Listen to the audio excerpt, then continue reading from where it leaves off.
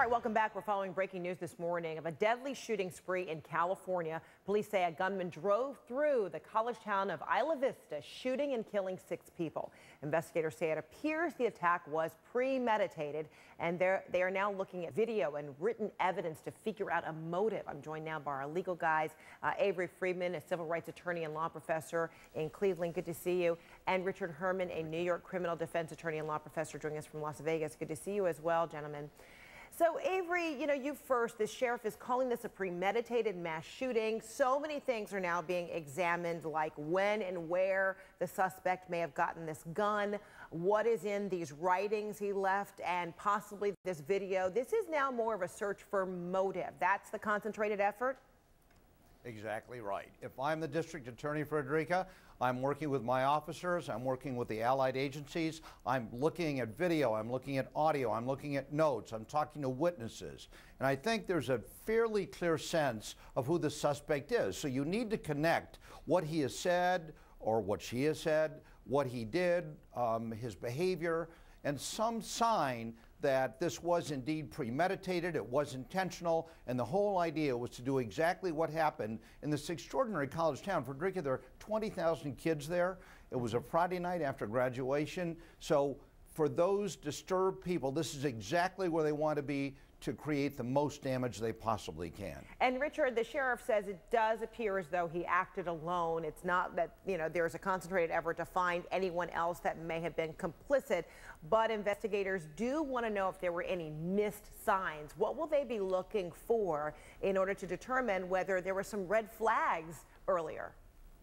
That's a great question, Fred. And in this day and age of social media and the different attempts to get online and publish your life history and what's going on with your life, they're going to examine all of his accounts that he may have had in the various different forms of social media. They're going to pull down his cell phone records, his text messages, his emails, to see if he's giving any hints or signs to anyone that he's on the verge of going on this kind of crime spree. That's what they're going to be investigating right now, to see if there's anything they could have done to prevent something like this. And sadly, the answer in the end will probably be no, Fred.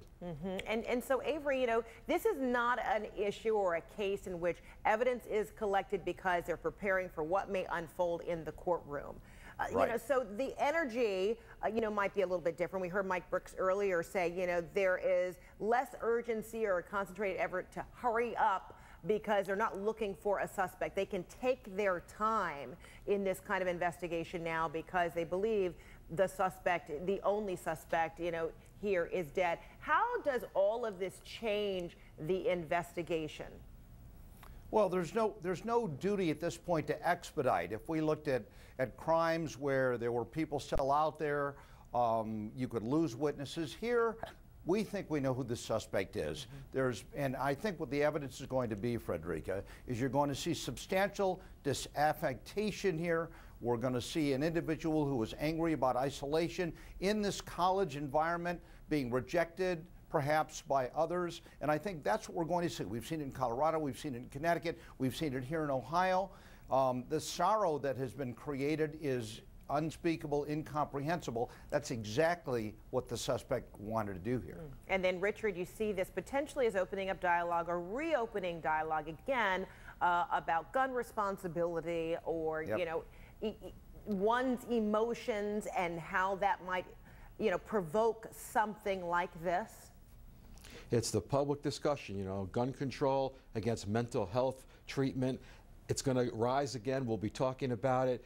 I don't believe, Fred, this guy had a licensed handgun. I think he had multiple handguns with him to fire off that many shots with a semi-automatic gun that, you don't pull the trigger and it shoots a stream of bullets. You have to continue to pull it. 1, 2, 3, 4.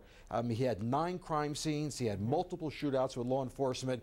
He had to change the clips on this. I think they may end up finding more than one handgun, and it's just an unbelievable tragedy to wake up on a Saturday morning and see this. It's unbelievable. It is unbelievable, and we are, of course, talking about a college community, and on a holiday weekend, we heard Jeff Gardier talking earlier, about when someone carries out something like this. In his evaluation, it is someone who wants to make, an imprint, wants to leave behind almost like a legacy, to go to a very populated area, to be disruptive in what is, you know, a very quiet, you call it kind of scene, and now make a name for oneself. Avery, you agree with that kind of assessment?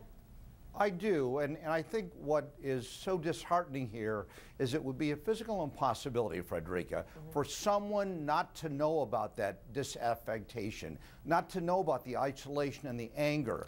Will the evidence establish that video or audio or whatever else is out there has been out there for some time? If I'm overseeing the investigation, I want to make sure that my officers are looking at those things, talking to witnesses to make sure we understand how long the suspect has been acting like this and whether or not this was likely to crescendo in exactly what we saw on Friday night. All right, Well, Richard. Fred, that's the problem. Yeah, go ahead, That's Avery. very hard. Richard? Yeah. Yeah, it's very hard to make that leap to know that this person would take off on this crime spree on this day. They may be depressed, well, that's they true. may be suffering, but to know someone's depressed and suffering and then to predict they would open fire on 9 different crime scenes in a crowded area. Well, and shoot down depends on people. the evidence. Tough. Can't Depends do it. on the Can't evidence, do it. right. All right, Richard, Avery, thanks so much. Always appreciate your insight. Appreciate it.